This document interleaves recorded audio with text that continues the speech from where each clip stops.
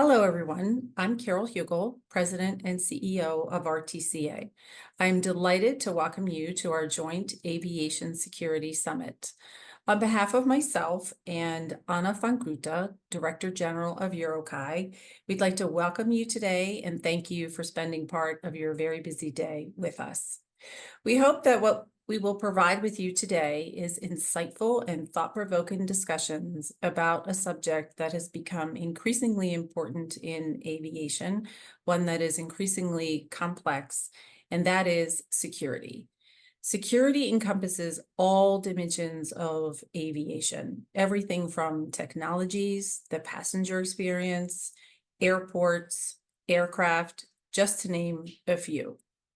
And in aviation, we need to consider security in the context of our overarching North Star, which is, of course, safety. Today, our esteemed moderators and panelists will examine security in the areas of cyber. They will also take a look at threats to operations, both in the airspace and on the ground, and then try to take a look at the potential risks of the advanced technologies and evolving business models that we are embracing in aviation today. We thank them very much for their willingness to share their knowledge and their time with all of us today. And at this point, I'm going to hand it over to Anna from EUROCAE, and she's going to tell you a little bit about how we have collaborated with our members in an effort to both maintain and establish new security standards so that we can maintain and protect the safety of aviation. Over to you, Anna. Welcome also from my side as EUROCAE Director General to today's Aviation Security Summit, which we are very proud to present jointly with our partner RTCA. Indeed, cybersecurity has been a major activity in EUROCAE and RTCA since 2005-2006, so almost 20 years already. And I'm proud to today say that we have developed a comprehensive set of standards in this area. The focus of Working Group 72 and Special Committee 216 has been on information security for aviation safety, at the beginning focusing on the airborne side and later expanding to ground. In the meantime, also to other interfacing areas of relevance, such as supply chain, operations, and business aspects. The Working Group and Special Committee are also a resource for other working groups. Data link and connectivity, design assurance, artificial intelligence, or AAM, innovative aerial services. The membership of the working group today comprises over 450 participants from all areas of the world, from Europe, the Americas, and Asia. With this, I hand over to my colleague, Anna Guégan, Senior Technical Program Manager in my team and responsible for all our cyber-related activities. Enjoy the event, and over to you, Anna. Thanks, Anna. I'm sorry about the delay. Welcome all to today's summit. We're glad to have you all with us today and look forward to a very promising agenda. Before we dive into the live program, I'd like to remind you about the pre-recorded on-demand sessions that are available on our YouTube channel. This session, supported by our cybersecurity activity leader, offer a deep dive into some of the key areas we'll be discussing today, and I encourage you to watch them at your convenience. So let's take a quick look at what we have on offer. That's Working Group 72 and SC216, the big picture, with featuring Special Committee 216 co-chair Patrick Morisset from Collins Aerospace and Working Group 72 chair Cyril Roset from EASA. Subgroup 3 talking about information security event management, presented by Andrew Drake from NetJets and Alain Combe from Airbus. Subgroup 4 talking about information security management system, led by SC216 co-chair Chauvin Nikos from Boeing and Stefan Schwind from GE. And subgroup 5 on data security with Alessandro Otteri from Leonardo. And finally, subgroup 6 presenting ED202B and DO326B, published last week with Stefan Schwind. So this session are a fantastic resource, so be sure to have a look. Now, and let me talk with you about the program. So we'll first have panel 1, tracking cyber threat and risk in aviation, followed by a flash talk with EASA. Then panel 2 will address balancing security and safety in aviation, followed by a flash talk with FAA. And panel 3 will present on advanced technology, broaden aviation security challenges, followed by the trust framework at ICAO. And we'll wrap up a bit at the end. So we've got a lot of exciting content ahead. I hope you'll find today's discussion very interesting. For speaker information, please look at the speaker tab. And so without further ado, let's get started. It's my pleasure to hand over to my RTCA colleague, Rebecca Morrison. Over to you, Rebecca. Thank you, Anna.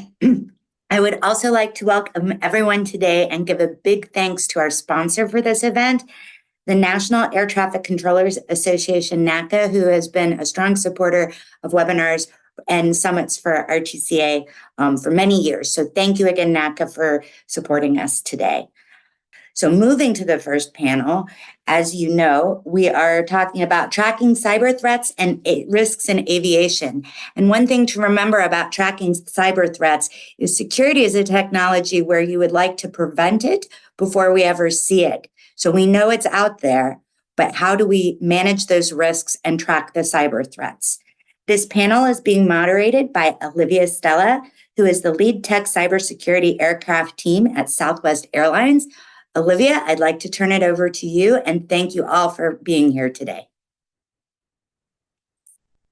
Thank you, Rebecca, for the warm introduction. Hello, everyone. Good morning and good evening.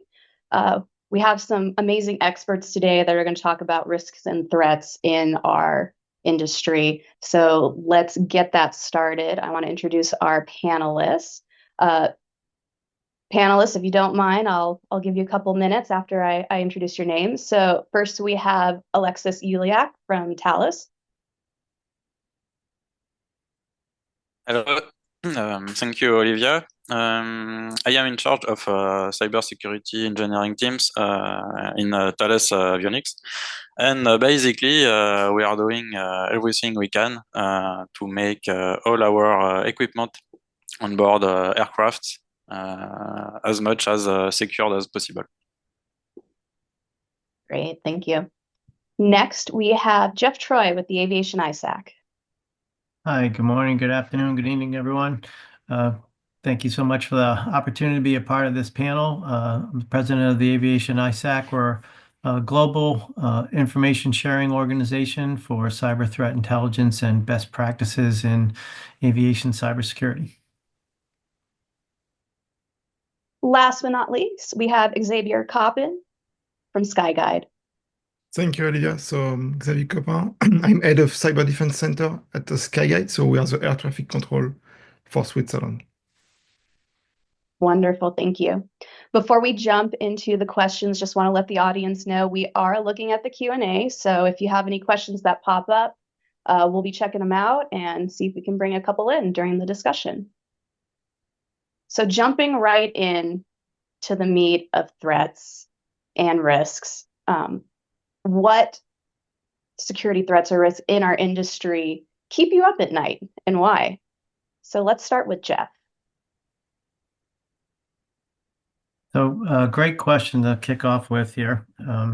So there's four things that really keep me up at night. The number one is APT groups, pretty much like the one we saw in the Volt Typhoon campaign. So, and the reason that keeps me up at night is the objective of that campaign, which was to obtain persistent presence and essentially tee up the ability to trigger an attack at any particular point in time. That is obviously a real concern because the impact that could have, particularly someone who were to establish a lot of persistent presence across the aviation industry and trigger it all at once, that would be a very impactful event. The next thing I think that keeps me up at night is what I'll call known unknowns and unknown unknowns. So we have seen an incredible jump in the number of 0 days that have been created. And that is, of course, another big concern because you don't know when someone's going to release that, but you know that these things are out there. So trying to protect your technologies in a way that someone were to try a new exploit on an application, that you would be able to discover it quickly. then in the same way, the unknown unknowns, what are the other things that people are trying to create new attack vectors? And, just that requirement that we're constantly always looking at ourselves that, despite any compliance requirements, any certifications that we have, I think we always have to have that mindset that we're not actually sure that we're secure. The acceleration of the speed of which from point of breach to point to encryption of a network is really it's been getting faster and faster, and that is another big issue because in security, when somebody gets past the fence line, right, how quickly can they get into the office? That's the challenge. And now we're seeing in just a matter of hours you can get a breach and you can start locking up a network. That's really changing our industry with respect to incident response. It's pushing decision making down more and more towards the event responders as they try and understand what they're looking at, and it's just kind of changing up the world as we've known it and how people have responded. And the last thing that keeps me up at night, and I think everyone knows quite well, is the whole supply chain problem. So. Great response. No, I appreciate that. Supply chain and third-party risks are crucial in our industry, so great feedback. Alexis. Yes, I think I will be a very good transition to what Jeff just said. To give you some insight on the specificities of what we do in Thales. We are developing very critical safety equipment for airplanes embedded in cockpits and flight controls. So everything we do is for cybersecurity, for safety. We want to be sure that any kind of malicious and suspicious action cannot affect the airplane and its ability to continue to fly safely without triggering any catastrophic situation. So all our effort is on equipment and systems. We are very confident that all our equipment are safely designed, interfaces tested. So now, in fact, we start to understand that the threats are on those interfaces and on how it is managed throughout its life cycle. And this is clear that the main threats that we fear are from the maintenance phase because many maintenance people are going around the airplane, are connecting to the equipment and so on and so forth to update software, to update configuration. And this is one of the main vector where threat can go and try to compromise embedded and certified equipment. And the second one, obviously, but it's the most difficult aspect of our job, is supply chain security. Us, as Thales, we are part of this supply chain. So we need to be able to tackle security questions related to development of environment, test and qualification environment, to be sure that we ourselves don't embed in the final product any kind of malicious code that will be triggered later on the plane. So it's a very long time frame.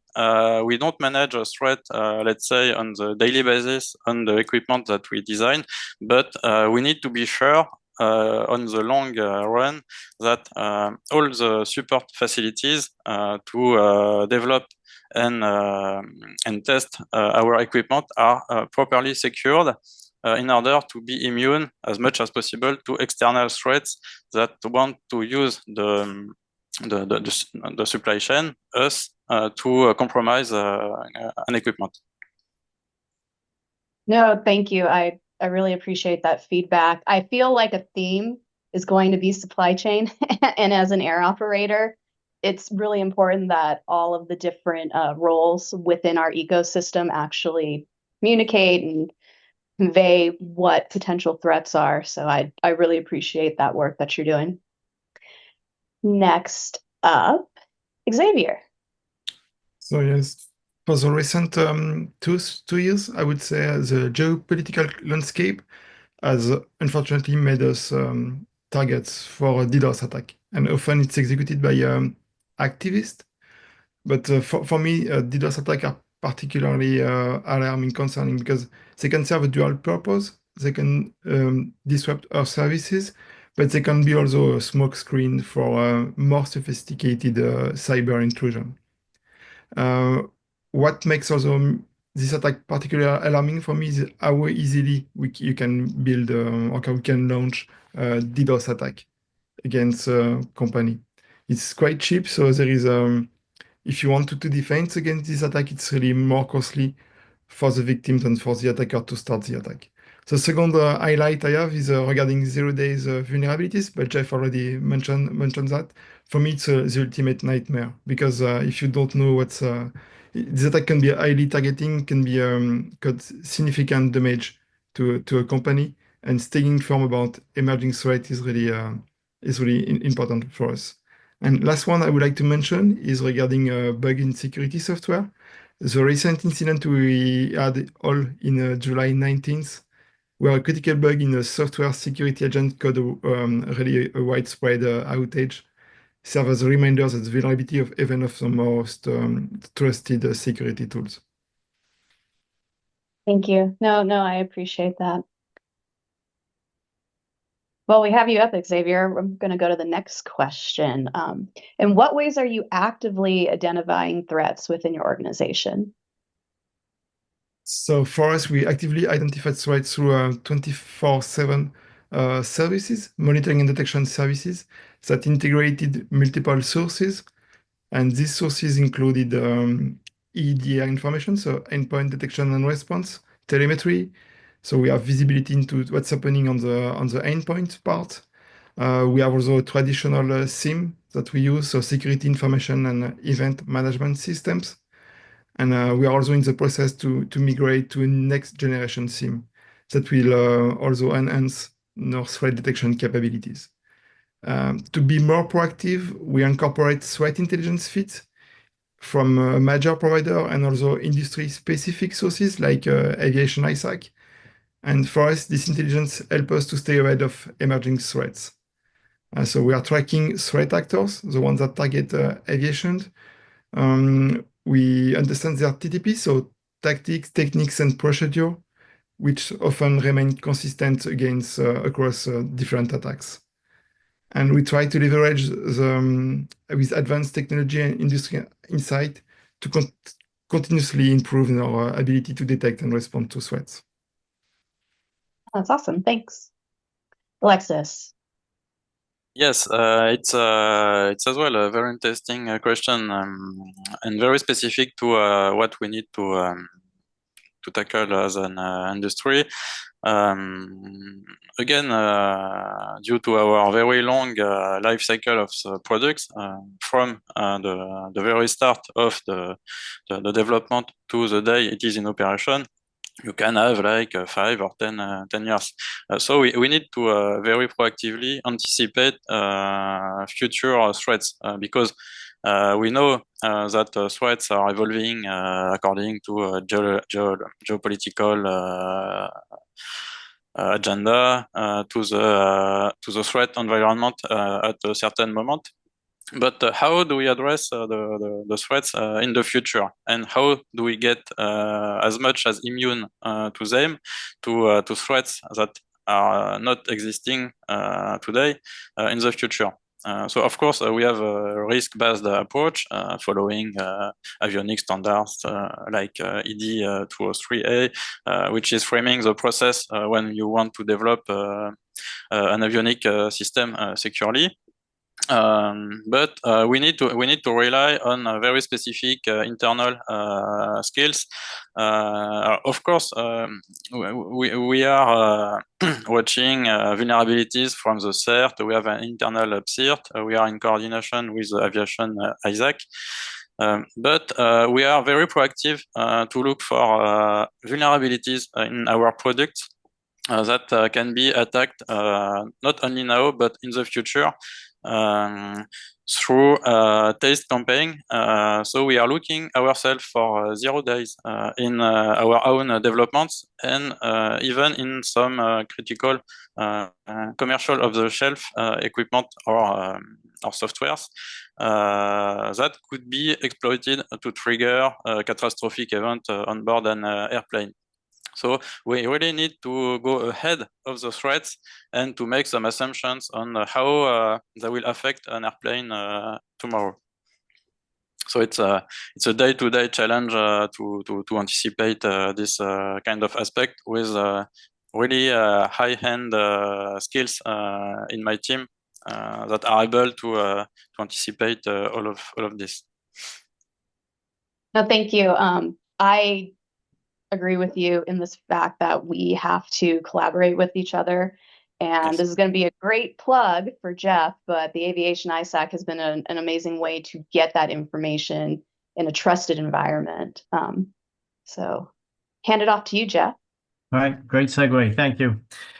Yeah, so as both Xavier and Alexis pointed out, and as you as well as all members of the ISAC, really what we're doing out there is trying to take all the good work that's being done at each one of these companies and the many other companies that are involved, and as you said, create a culture and an environment where people are comfortable sharing this information. Sometimes the information's in some ways a risk for your company, but we all need to understand what these risks are and collaboratively work to respond to them, come up with remediations or other types of controls, or even just teach other people how to detect some of the things that we're looking at.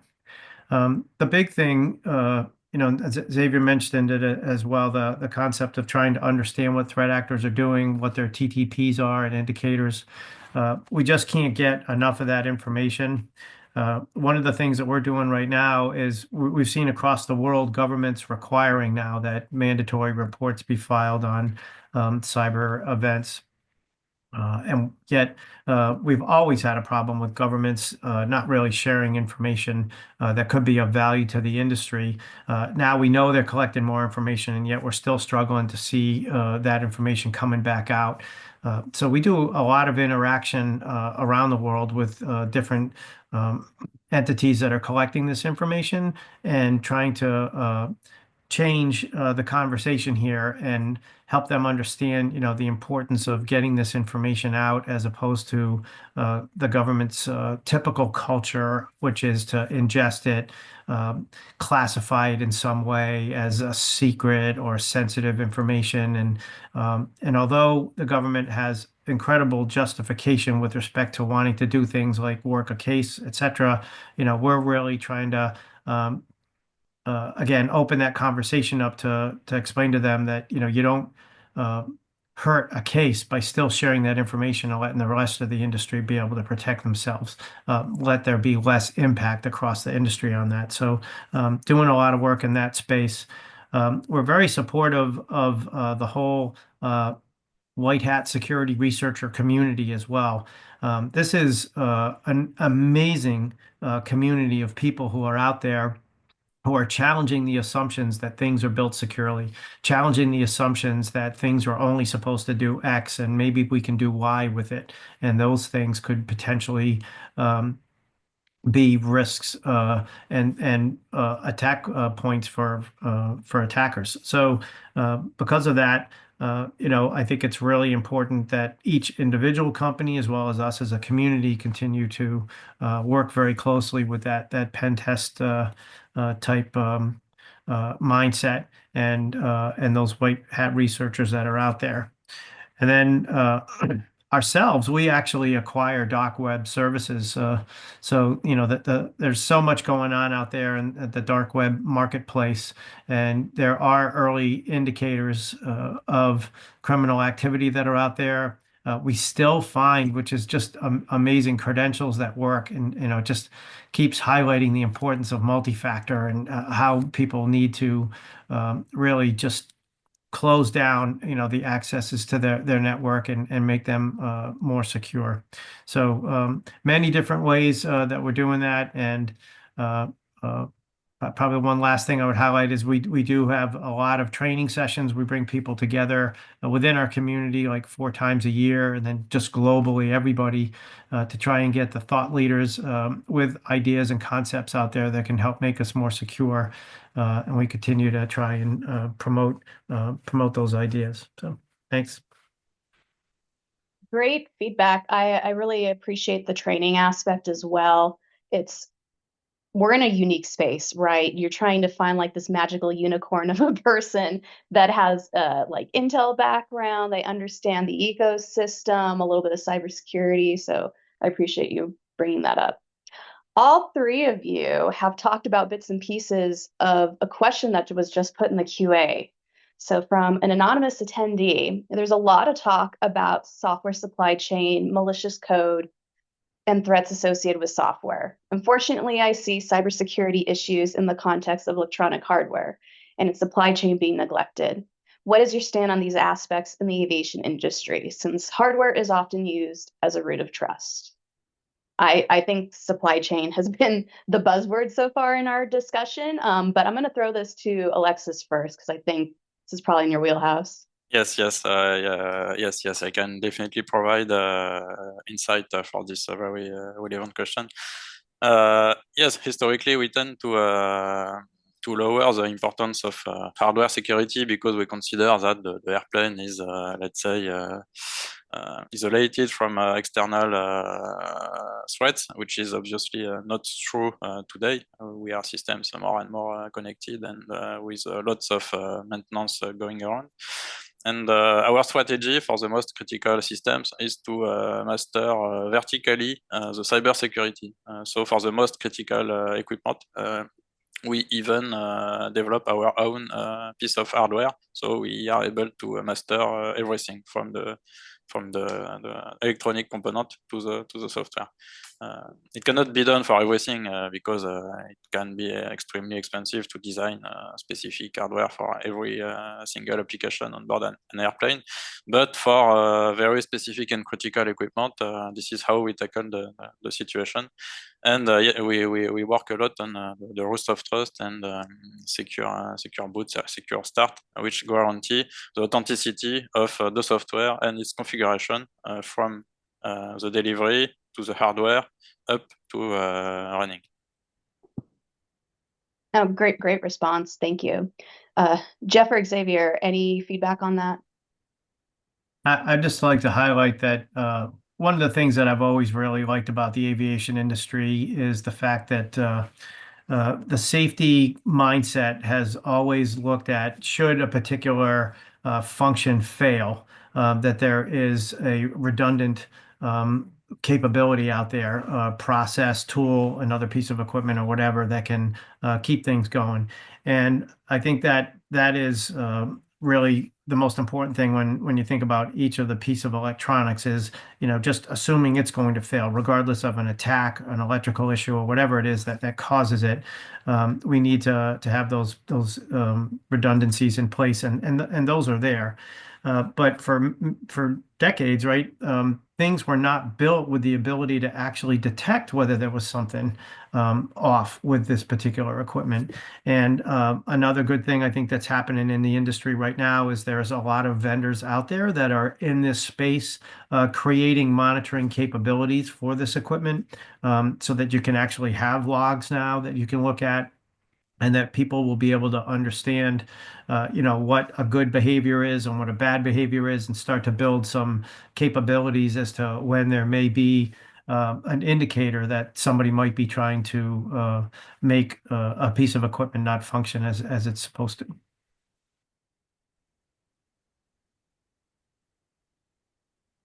Maybe we add just a simple one is we have, before we put a new equipment or an equipment that is back from has been fixed by the supplier, is we test it before for a few weeks, and we can detect it happen once that we detect that the integrity of the operating system was compromised, and we are able to detect it and not put into production. Great. But, thank you. Let's jump into another question. we talk about the collaboration that our industry has with each other. What are some ways that you collaborate with industry regarding threats and risks? And I'm going to put a caveat. I know we've talked about the Aviation ISAC. So any different ways in addition to the Aviation ISAC? Let's start with Alexis.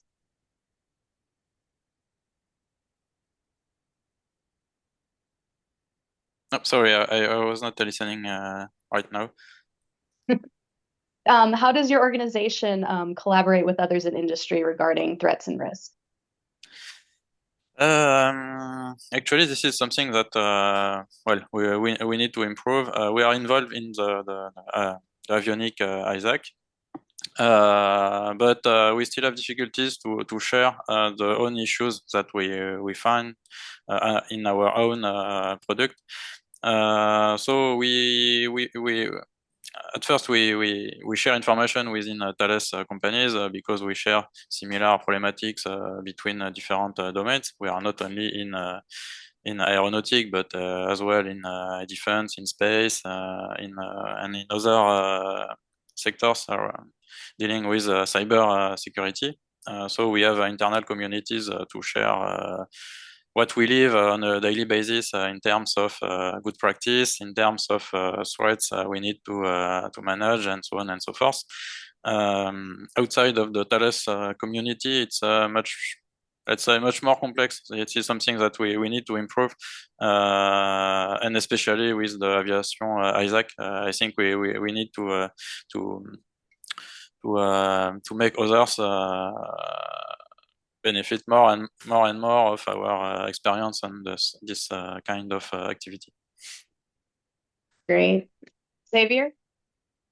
So yes, Aviation ISAC has been already mentioned, but we have also smaller organization, like at European level, we have cyber led by Eurocontrol. It's also quarterly meeting where we exchange information. So I think the key is really to exchange information. At Sky, we also try to exchange information regularly with the regulator and the national CERT. So we have weekly meeting with them. We use also a commercial cyber threat intelligence provider that also can feed us with a lot of information, and we have access to in-depth intelligence reports. So it's also very interesting to get the new information, to get the new TTPs to enhance the ability to detect. And we have a meeting, I would say, virtually, but also in person. I think it's really important to meet people and to exchange. Okay, thanks. Jeff, maybe as a twist on the question, how has the AISAC been engaging other groups in the industry? Yeah, so a great question. So I meet monthly actually with the heads of all the other ISACs in the different sectors, which is really important because we have seen different threat actor groups target different industries. They'll go after national defense, and then they may switch to health, and then they may switch to aviation. There's really it's a clear indication that some of these threat actor groups are actually given collection requirements, and they have to go into different industries and get that. So a lot of great information on past behaviors on threat actors can really be of value to the other sectors. So it's important that we do that. It's also important because we're able to work on things that are common issues. And I'll take GPS as a great example for that. Because our industry is just so reliant, right, on GPS, but so aren't so many other industries. Even healthcare, for example, there's just so many different pieces of equipment, all of which that timing, is a part of the or is derived from these GPS systems. So in situations like that, we're able to take a collective voice of multiple sectors and start to try and address how it is that we can work on these particular technologies to make them more secure. And certainly when many sectors are coming out and saying, this is something we have to address, it gets a lot more attention. No, that's great. And that actually coincides with one of the questions that one of our attendees asked. They want to know in regards to GPS, in essence, how bad can it get? So I love how you gave examples of it's not just our industry, it's other adjacent and completely different industries as well. So knowing that the AI SAC engages the other information sharing groups is great. I guess just to wrap up on the GPS concept, Alexis or Javier, do you have any feedback in regards to the GPS threats that you've been seeing in our industry? Yes, I can start to answer to this one. Yes, we witness a lot of GPS attacks, let's say everywhere, especially in certain geographical zone. It's obvious that we cannot trust the open service provided by GPS or European GNSS Galileo. More and more, we try to embed new services to authenticate messages from GNSS services. But still, it can be tampered with. It can be denied as well. So we need to have redundancies as well. I have a good example in mind. For example, where we can fly with inertial system, which is some sort of redundancy of GPS to continue to fly in a degraded mode in case of attack of the positioning system. Thank you. Javier, any feedback? Yeah, GPS is not my area of expertise, but I think it's a challenge. Me neither. Yeah, GPS, I think it's a legacy technology, at least the version we are using for aviation. So it's one of the challenges we are facing in aviation is we are using a lot of legacy technology, and it's difficult, sometimes impossible to secure. Thank you. I appreciate that. Going to bring up another question from the audience, which I think all three of you would appreciate. Cost savings by making use of connectivity, for example, maintenance, software updates are significant. However, they come with the risk of cyber threats. How can a good balance be made between cost and risk? And I know every player in the industry is always balancing how much can they protect, what level of tooling, what can we buy, that also gives you an amazing return on investment. So Xavier, let's start with you. So for example, auto security updates, we are really prudent about that. We try to do it testing first. We have different waves. So yes, we use some parts of automatic updates with use of connectivity, but we test before we deploy into sensitive areas like in ATM systems. Thank you. Alexis? Yes, it's kind of my day-to-day work, actually. Of course, yes, we need to. In the background, we are working on risk assessment. Every decision is made based on assessing cyber risks, which is a trade-off between the likelihood of the attack path and the impact that can have in terms of failure condition for an aircraft, and the security measure that we put in place to lower the likelihood of an attack is a trade-off between the cost and the safety. At the end of the day, we need to be able to sell equipment which are, let's say, affordable for our customers. So everyone knows that the perfect security does not exist. Even when we talk about safety, we have failure rates that we agree to accept, and this is all sorts of trade-off between a balance between security and the cost that we want to have. Yes, we could imagine airplanes with a parachute for everyone, but maybe it's a little bit too expensive and too complex. So we need to balance both. It's an interesting. No, sorry, go ahead. No, it's as I say, it's my day-to-day work. Every security measure that I recommend, there is always this balance to be assessed between how it will cost to develop and to certify, and what risk is it mitigating? No, thank you. From an air operator standpoint, like we go through the exact same thing, but the uniqueness is that we're leveraging our contacts within our third-party vendors and our manufacturers to work together to say, you know what, if you want to do that remote maintenance, prove to me that you have that security built into your process. Because as part of the name of this panel, it's all about risk, right? What's your risk tolerance? What are you willing to take into your environment? And it's not just Thales is willing to take this risk. It's how much are you sharing with the people that are buying your system. So I understand that 100%. Let's see. I think we have time for one or two more questions. So one thing I always like to bring up is for people that want to get into the industry. So what would be one piece of advice you wish you knew before taking a risk or a threat role in the aviation industry? Let's start with Jeff.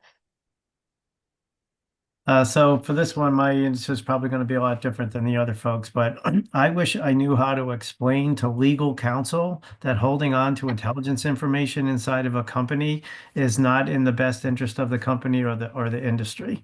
It's just something that we have struggled a lot with. I think the world's changing. I think culture's changing, but I still think that we continue to have people not understand that sharing intelligence information as a part of your incident response, not as a part of some requirement that you have to share it because there's a mandate with the government or other people are asking for it, but really doing it selfishly for the company, saying, I'm sharing this because I need help.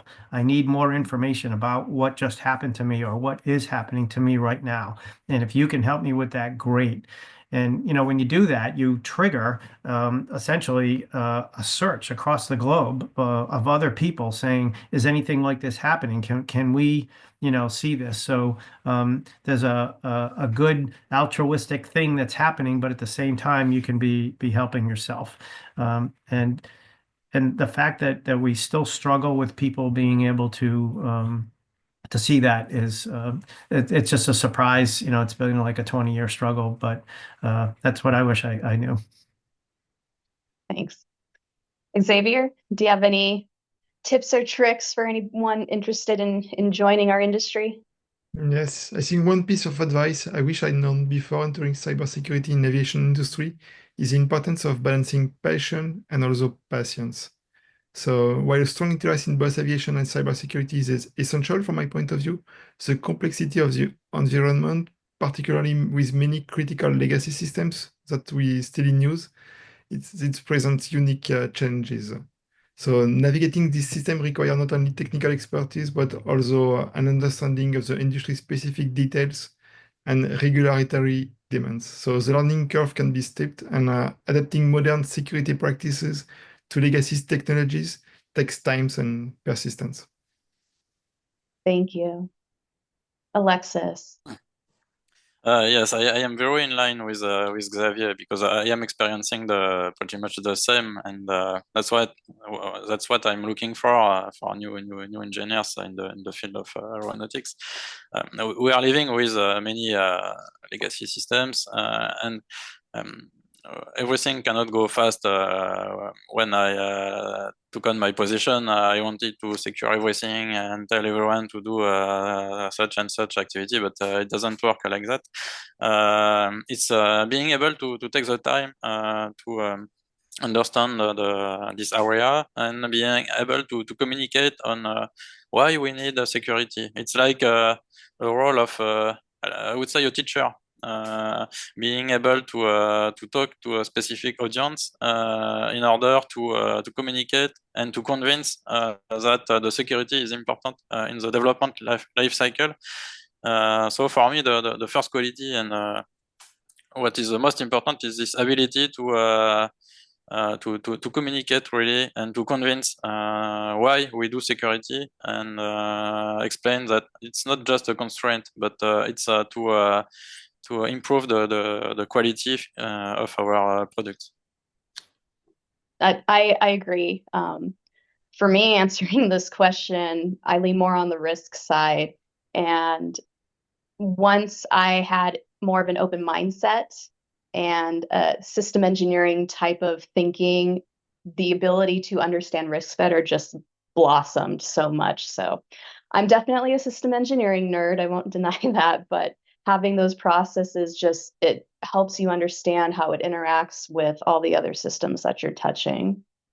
I want to end with one of the questions from the attendees, and it ties in very nicely. Can you share some insights on how to determine cybersecurity risk to aviation?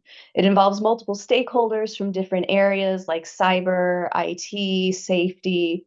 What are some best ways to collaborate and identify potential risk? So I'm actually going to start that one off because that's my wheelhouse of you really need to talk to the owners of the assets in your environment and see what risk is being transferred to you and have that conversation. So I know each one of you have already talked about, you know what, we need to have better communication, and the way that it's improved since my entrance in the industry has been miles above and abound. So I've been very happy with that. But just to have a humble mindset of you're not going to know everything when you first come in, right?